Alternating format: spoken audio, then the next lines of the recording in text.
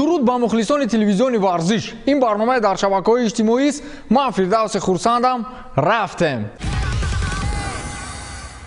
ибрагимович бо гарданшахӣ якравӣ ва ҳамон гапхунукиаш ба қавли худам воима аст, аммо бояд қоил шуд ки ӯ дар гапи худ меистад. ин навбат медонед чӣ гап шудааст? ибрагимович зидди қарори раҳбарияти дастаи Милан баромадааст. бошгоҳи Милан бинобар сабаби хуруҷи коронавирус ба хулосае омадааст ки маоши футболбозонро кам намояд. ҳеҷ кас не боз ҳам ибрагимович зидди ин қарор баромад ва гуфт ки агар маоши футболбозон кам шавад, ман аз дастам меравам. гуфта мешавад ки миёни раҳбарият ва ибрагимович ба қавле як бугу низ шудааст. аз ин рӯ давом додани фаъолият дар Милан барои ибрагимович зери суол меравад. аз ин рӯ наздикони ибра ҳадс бар он мезананд ки шояд ӯ минбаъд дар дастаи Хаммарби Шветсия фаъолият намояд. ӯ кӯ нисфи саҳмияҳои ин дастаро харидааст ва бо ин амал мухлисони аввалин дастааш Малмиёро хашмгин карда буд. хай бас аст акнун 38 сола шудӣ, ба истилоҳ рав дамгир. ҳар касе ба премер-лигаи Русия таваҷҷӯҳ дорад, Кристофер Самбаро нағз мешиносад. ӯ як замон дар дастаи Анжи ва як замони дигар дар дастаи Динамо бозӣ кардааст. бозии нағз мекард ва ӯро дар Русия хуб мешиносанд. ана ҳамин футболбози сиёҳпӯст буд ва муносибати русҳоро нисбати сиёҳпӯстон ошкоро гуфт ва гуфти кампирҳо хеле гила кард. ман суханҳоиро иқтибос меорам. дар Русия маро ҳамин қадар чиз ҳимоя мекард ки ман футболбоз будам ва бархеҳо маро мешинохтанд ва эҳтиром мекарданд. аммо дар умум хеле бароям душвор буд. вақте бо ҳамсарам ба мағозаю брендҳои боэътибор мерафтем, онҳо мисле муносибат мекарданд ки гӯё ман барои харидани молҳои қимат иқтидор надорам. ин хеле дардовар буд. ман аз ин хел ҷойҳо харид намекардам. барои чӣ пул диҳам ба касе ки дар назараш то ҳамчун сиёҳпӯст арзише надорӣ? маро ҳамеша муносибат бо ҳамдастаҳом дар Русия боз медошт, чун онҳо маро мешинохтанд ва мо ҳамроҳ бо аҳлу оилаҳои худ шабнишинӣ ташкил мекардем. аммо дигарон муносибати бад мекарданд. моро ҳамчун сиёҳпӯст ба назари паст мегирифтанд. ин аз нигоҳҳояшон ошкор мешуд. як маротиба ҳангоми рухсатӣ рафтан бо ҳавопаймо ман чиптаи бизнес класс харидам ва бо аҳли оилаи худ вориди утоқи бизнес класс шудем ки як зан омад ва гуфт ки шумо ин ҷо надароед, шумо бояд ба эконом класс гузаред. ба ман сахт расид. ин хел ҳодисаҳо ба ман ҳар рӯз рӯй медод, гуфтааст Кристофер Самба. ҳоло ки ҳамин мавзӯи рақами яки дунё шудааст, ҳама дарди дил мекунад. бигзор наҷотпарастӣ набошад.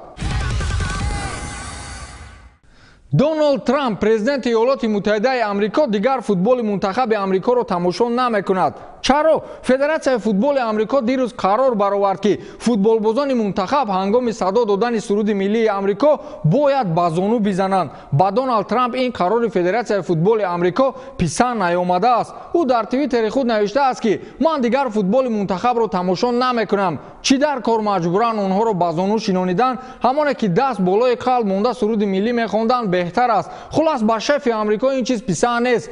ин қарорро Федератсияи футболи Амрико дар ҳоле роҳандозӣ кард ки соли 2017 ҳангоми баланд шудани садои суруди миллӣ бозингарзани мунтахаби Амрико Меган Рапино ба зону зада буд ва инро намунаи ибрати дигар варзишгарон медонистанд. оҳиста оҳиста ин чиз хусусияти расмӣ пайдо кард. ман тарафдори Дональд Трамп. чӣ дар кор футболро ба сиёсат олуда карданд? чӣ? Маркус Решфорд то ҳол намедонест ки падараш ки аст?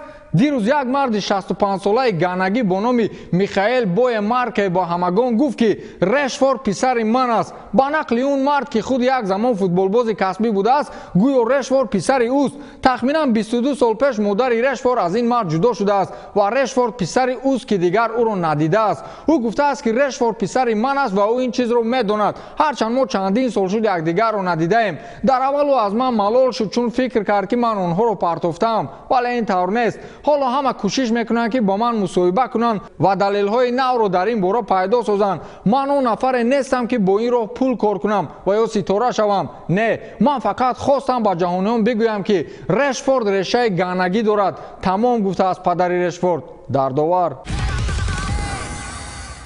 вақте маст мешавӣ чӣ хел аст? خیال میکنی تو شوی همین دنیای و حالا میتوانی وضعیت دنیا رو با پورگی عوض نمایی. همین خیلی با قول یک بیعقل در امریکا در نزد طربخانه از غایت استفاده برزیاد مشروبات مست میشود و از ماشین خود автомат میبرد و داد میزند.